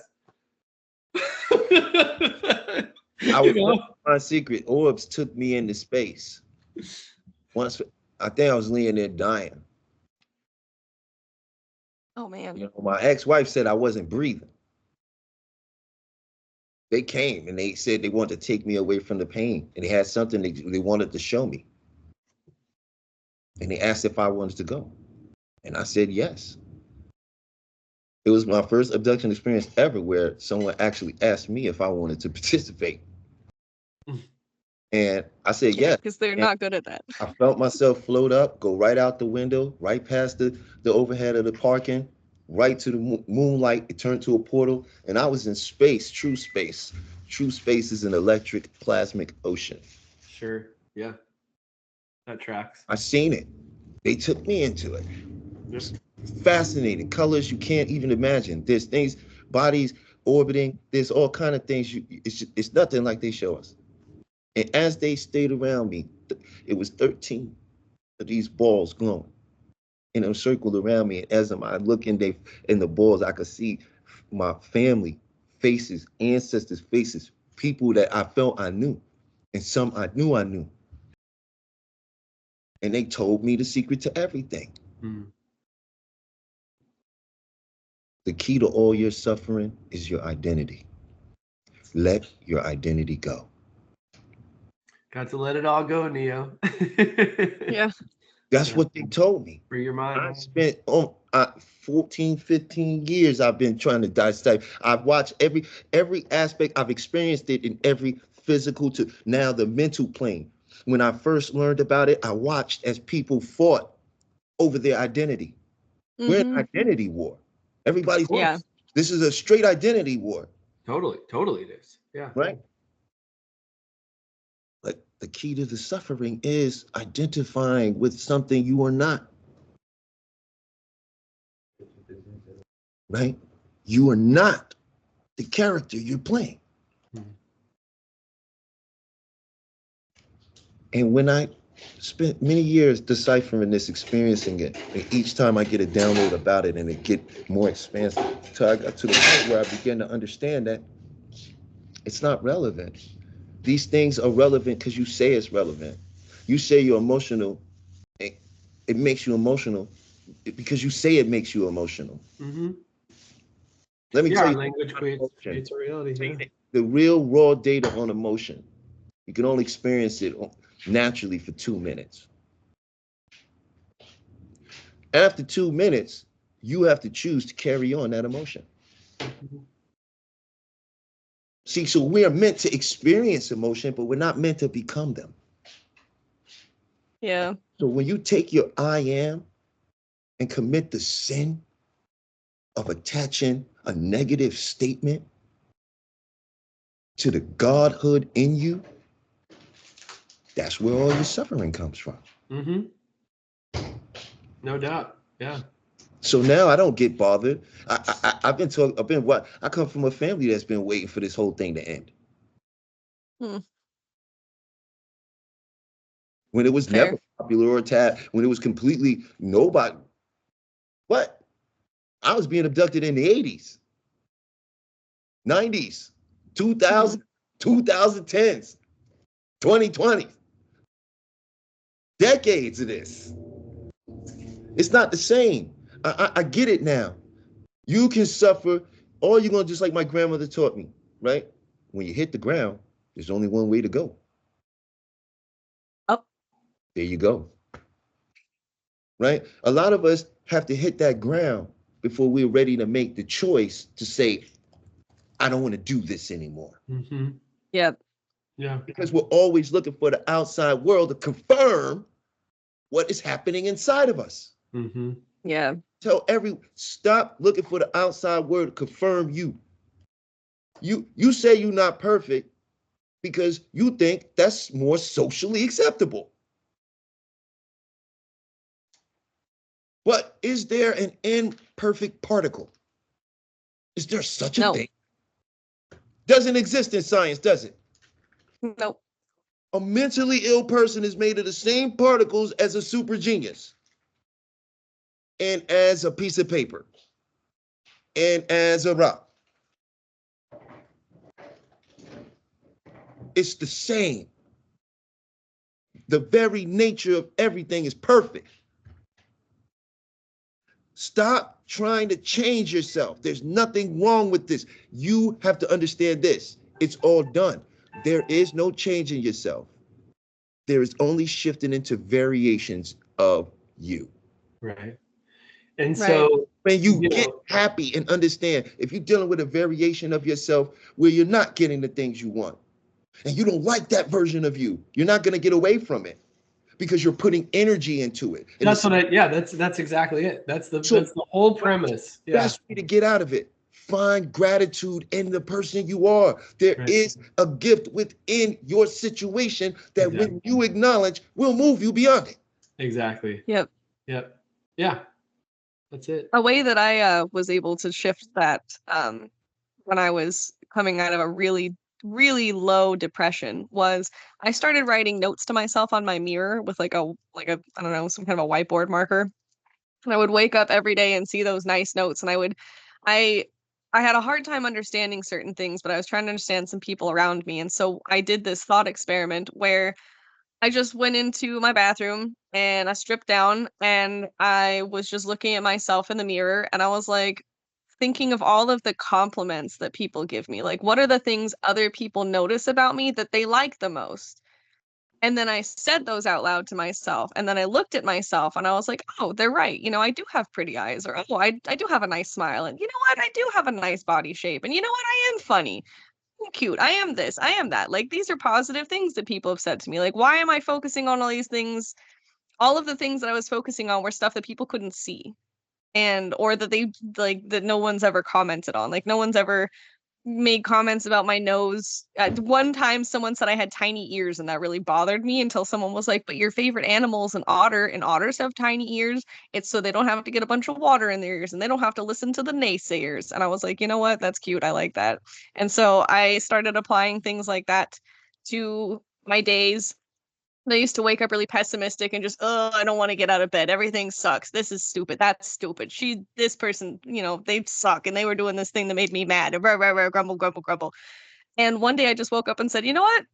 I don't have any expectations for my day. I looked outside and it was beautiful and sunny. And I was like, wow, the temperature is really nice. It's a nice day.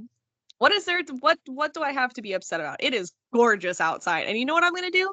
I'm going to take Baggy on a walk, and I put my cat on his leash, and we went outside and we played out at the playground, and I kept telling myself that I had no expectations, but everything, it just gets better from here. So even if some weird inconvenience happens, instead of taking it as like a super negative, like, oh, this person did this thing to me, like we were saying, like, oh, he cut me off. Now I have to be angry in the road and blah, blah, blah, and this person doesn't know how to use their turn signals, and I'm taking it very personally for no reason. I was just like, okay, well, you know what? That person's got something to do. I'm not in a hurry. Like, I'm gonna stay back a little bit, and I kept reminding myself that, like, you don't have to react to everything, and most things that are happening in life are not personal.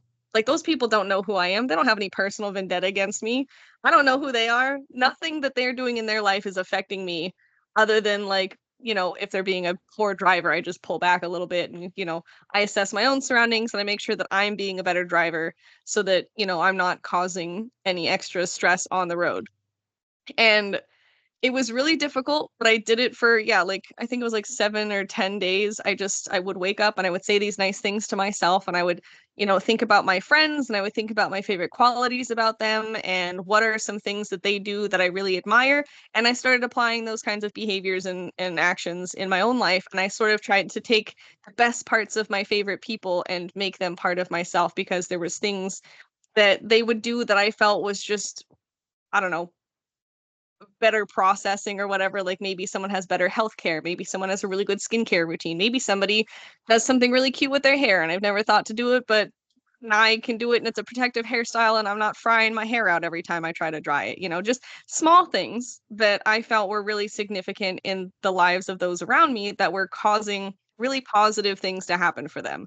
And I started adapting to a more positive mindset, and it was hard because I struggle. I have, clinical depression. Like, I have the deep sads, and I've got an anxiety disorder, and I get really worked up about things because I get really attached to my feelings for some reason. Like, I don't know what it is, but there are some But hey, feelings I just this is a good opportunity for you to see how much of your own I amness you're attaching to negative things and statements. that's fair. Yeah. You know what I'm saying? And how comfortable it is and easy it is to see that story as that way, right? Nobody Yeah. see you as that clinically depressed person, and nobody on this platform has ever seen you as such a thing, to be honest with you, because you're an amazing individual, and we put together something and we help people, and we've been sharing, and that's a wonderful thing. It's also a good example of, even for the audience, like, I'm telling you, this is the truth, everyone. Hear me when I tell you. It's your story. You will always make sense of your story. But you can change that story. The only thing that stop you from changing that story is you're worried about what other people will think. You think it'll make you a liar. You think that it'll make you dishonest. You think you're dishonoring the traumas that you went through, and somehow you're avoiding things. This is not the case. The truth of the matter is, there are infinite versions of you. You are awareness. You come into a version of yourself by what you give attention to. Right. Right? You can never solve a problem from a problem. Problems only get solved from solutions. So your subconscious mind doesn't understand no. It's not in the subconscious. Actually, it doesn't understand language. What it's relating to is how you're resonating with what you're saying. And it that makes sense. Yeah. And variations of these kind of things. It's a very complicated supercomputer, right? That's pushing reality out for you. Right. See, and that goes back to the first half of our conversation, where you were kind of going down that branch of the subconscious mind and how it was going, Wes. And I thought that was really interesting. You said something about like, I don't remember exactly what you said, but it made me think, like, yes, we are just like walking computers. And it's interesting that, if you see it from like if you think of it like a video games perspective, right? Like, your character in most games, you can, let's say Skyrim, for instance. Okay. I love Skyrim. you can choose different paths that your character can take, where you can make poor choices and have a negative effect on the world around you, and you can just be terrible and miserable and hate everything, or you can just be better and choose the more positive options, and you can do the things for the community, and you can level yourself up and focus on your strengths and the things that you think you're best at, especially in, like, say, combat with a dragon, for instance. I'm terrible at that. I I don't know why I choose to make the same poor decision with my character when those dragons come up, but I get absolutely handed by these dragons because I go all in without real preparation, and then I just hope for the best. There's a And whole I know dragon metaphor we can talk about if you want to. I would love to. Dude, I love dragons. But yeah, there's the dragons in the game. I tend to um approach like a lot of problems in my personal life where sometimes I just go for it and I'm like, we'll pray and hope it works out, because I don't have time to think about all the extra stuff. Like, I see the goal and I want to go, but I don't always realize that, like, there's an obstacle course, and if you're running full speed and you don't look at the world around you and see what's going on, you can trip and hurt yourself. Here's And the reality of that, though. You left one important thing about the analogy. First of all, I don't like to even use the video game analogy because it's limiting. All beliefs fair. are limiting, and you are unlimited. And whenever you try to shove yourself into a limited belief system, it will make you uncomfortable. But you forget this about the video game. You're not in it. True. You're playing the You're character. only the controller from somewhere else. True. Best example, you put the VR headset on. The game comes in, it's like it's standing there, but you're not there. Right. You're not there.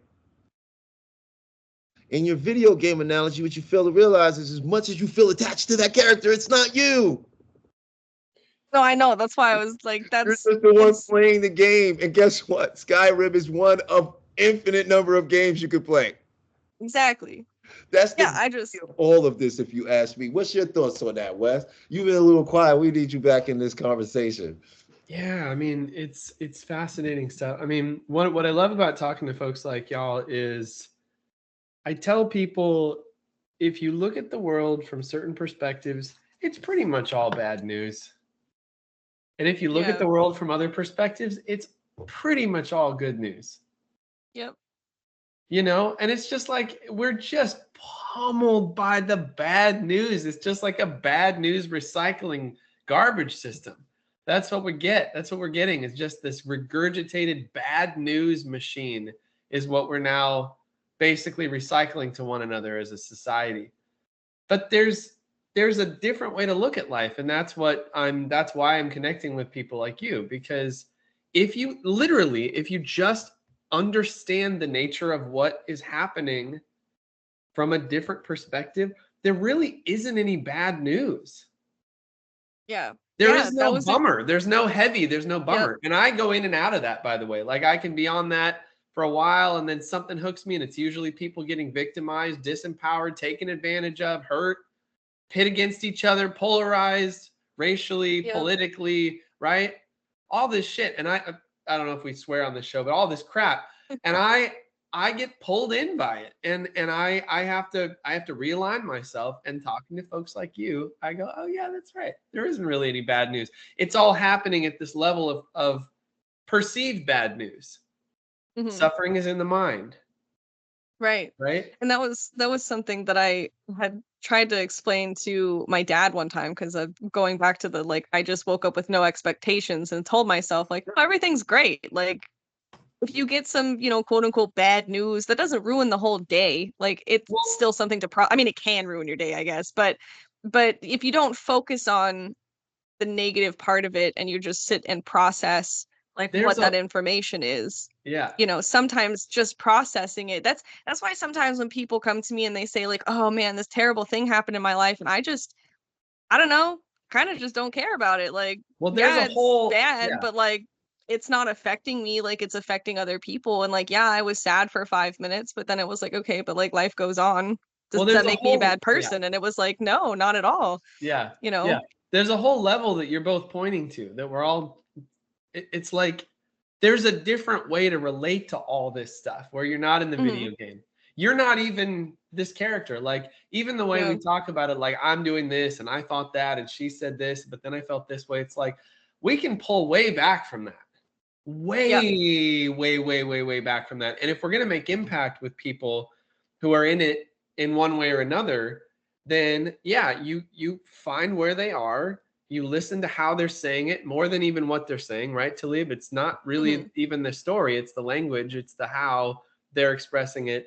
You try to find them where they are, and you try to get them into this different way of seeing their own belief systems, their own patterns of self-perception and perception of reality. And if you can just start someone on that journey of discovery a little bit, then we've got a little bit of traction. We got a little bit of momentum, and we can start to go more deeply into that process if they're open to it, which they're not always. Sometimes they have a huge ego reaction and they collapse, but it's like most of the time, this is the work of coaching, the type of coaching I do. You guide them through and they go, they freak out and they thrash around and you go, it's okay. It's all right. It's all right. And you get them to the next spot and they go, and they eventually they start to go, holy crap. And a lot of it has to do, again, coming back to it again, with the relationship with the subconscious, because the subconscious, it's symbolic. It works in metaphors and symbols and images and things like that. It's not, language is just kind of like part of the whole tapestry of things. There is no fact and fiction. It's all just stuff floating around. Well, you know what it is that this is my own saying. You're always right. Whatever you think it is what it is. You're always. But you can or you can't. You are correct. If you start interacting with your subconscious in an intentional way, you can, instead of just being a victim to whatever it's feeding you, because this is what happens. We're going through our daily lives and we are the tip of the iceberg. The conscious mind, which is where the ego sits, the executive function, is the tip of the iceberg of this enormous meaning-making machine, which is the subconscious, which is then connected back to whatever other layers of quantum consciousness, right? If we can, instead of just being sort of, oh, look at that cat. Instead of just being sort of like these passive recipients of all of this stuff that the subconscious is feeding us, a lot of which is just old tapes, They're just playing. There's no reason. There's no reason that they're playing. They're just playing. And the subconscious is saying, yeah, this, that, this constantly. If you can flip the script on that and start going, wait a minute, what's all this? The first step is becoming aware of it. Identifying all of the stuff, like that's what we're talking about. Once you can do that, you go, wait a minute, I'd rather flip the script and be feeding the subconscious what I want my reality to be, because there is no right or wrong, good or bad. Whatever you think is whatever it's going to be. Yep. Well, there is only right. Yeah. I mean, I say this to my clients all the time. You know what? If it's not hurting anybody, if it's not negatively affecting any other beings around you and it's not hurting anyone and it's creating more workability in your life and it's making your reality lighter and more workable and more joyful and more whatever, what's the problem? Yeah. Why not replace this crappy thing with something way better and put your attention into that? Is it hurting anybody? No. Is it creating more workability in your life? Yes. Do you feel better? Great. What's the problem? Right.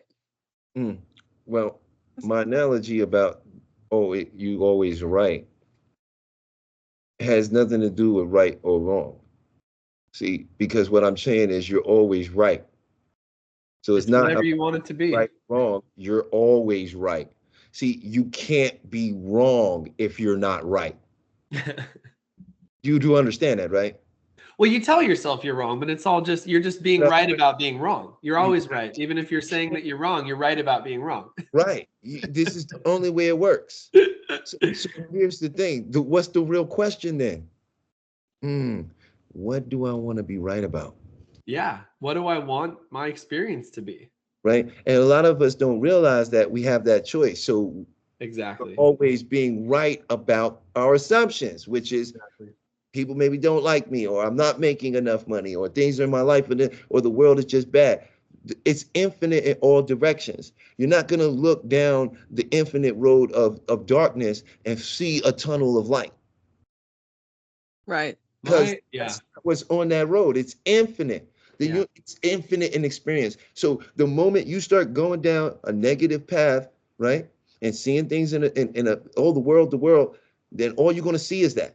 Because Yeah. there's no stopping that until It never ends. It's just, you know what? There has to be something different. I don't believe it could all be bad. Then you see something. You then see, you start to see something. Yeah. right? Because it's infinite in all directions. That's right. So for each individual person, all you need to do is just assume, just try it. Assume that your life is what you want it to be.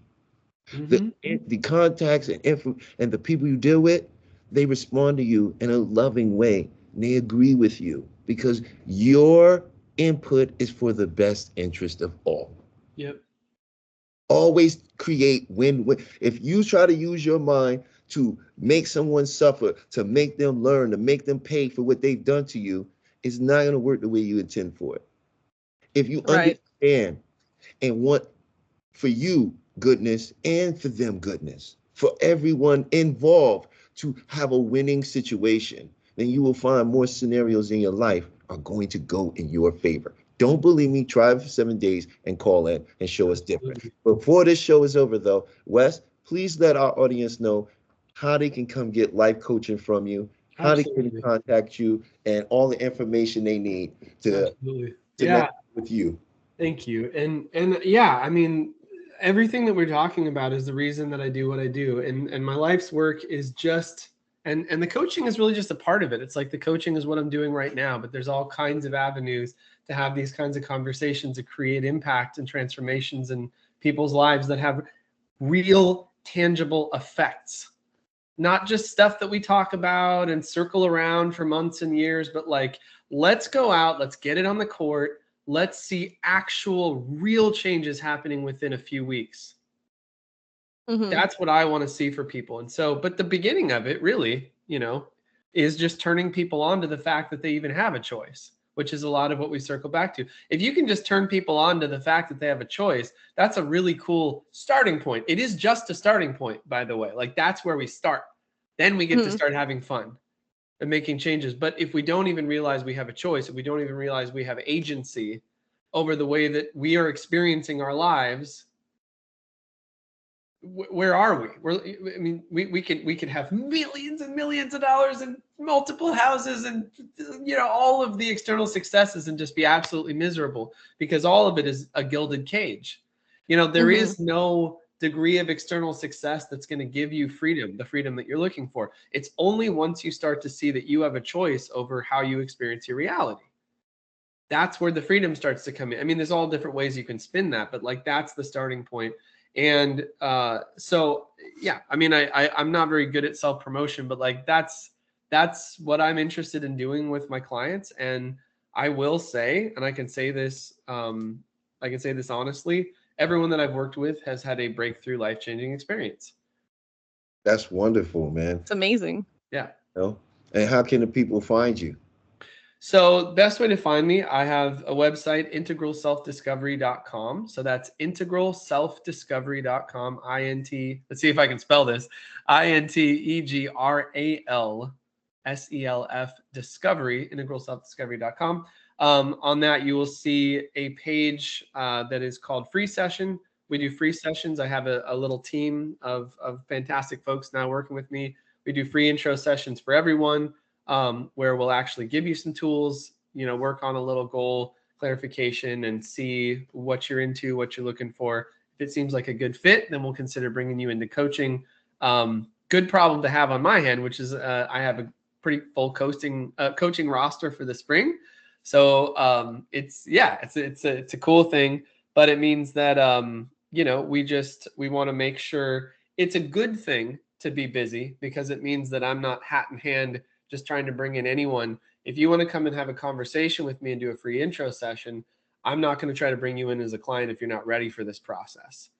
But I'm also going to give you the benefit of the doubt, and I'm going to read between the lines. And even if you don't think you're ready, we'll see. We'll see about that. So yeah, come and do the free intro, and we'll be able to get you something cool out of that either way. And if I do think that it's a good fit, my way of being of service to you is to give you a really clear idea of what we would do together. And from there, we'll just see what happens. But that's how you can find me. Awesome. I'm also on Heck yeah. Facebook, Instagram, all that What's stuff. your Facebook and Instagram? Integral Self-Discovery on Facebook, Integral Self-Discovery on Instagram. On Instagram, it's integral_self_discovery. Facebook is easy. That's just, one word, Integral Self-Discovery. It is the deepest joy of my life to get to serve people. And I can promise you, if you do come to the site and grab, a short intro session with us, if I do feel that it is a good fit, we will do very, very transformative and impactful things together. I can guarantee you that. So, yeah. Absolutely. So that's wonderful. I'm going to add that stuff on the website too, on the radio show link. So if anybody needs to go back and look for links, you can go to missb.net/radio shows. And Wes's episode is episode 12. And I'll have all the links there for you guys if you need to come back to them. It's a great I number. know, right? Oh That's my a gosh. great number. Oh my gosh, that's 3 months. We've Yeah, been doing this for 3 months already. That's Well, interview, man. This is amazing. heck yeah. Thank you so much for having me. I could do this all day. I love talking to y'all. Yeah, you're fantastic. I'm really glad we got to have you on here. Next time let's play some music, Yeah, absolutely.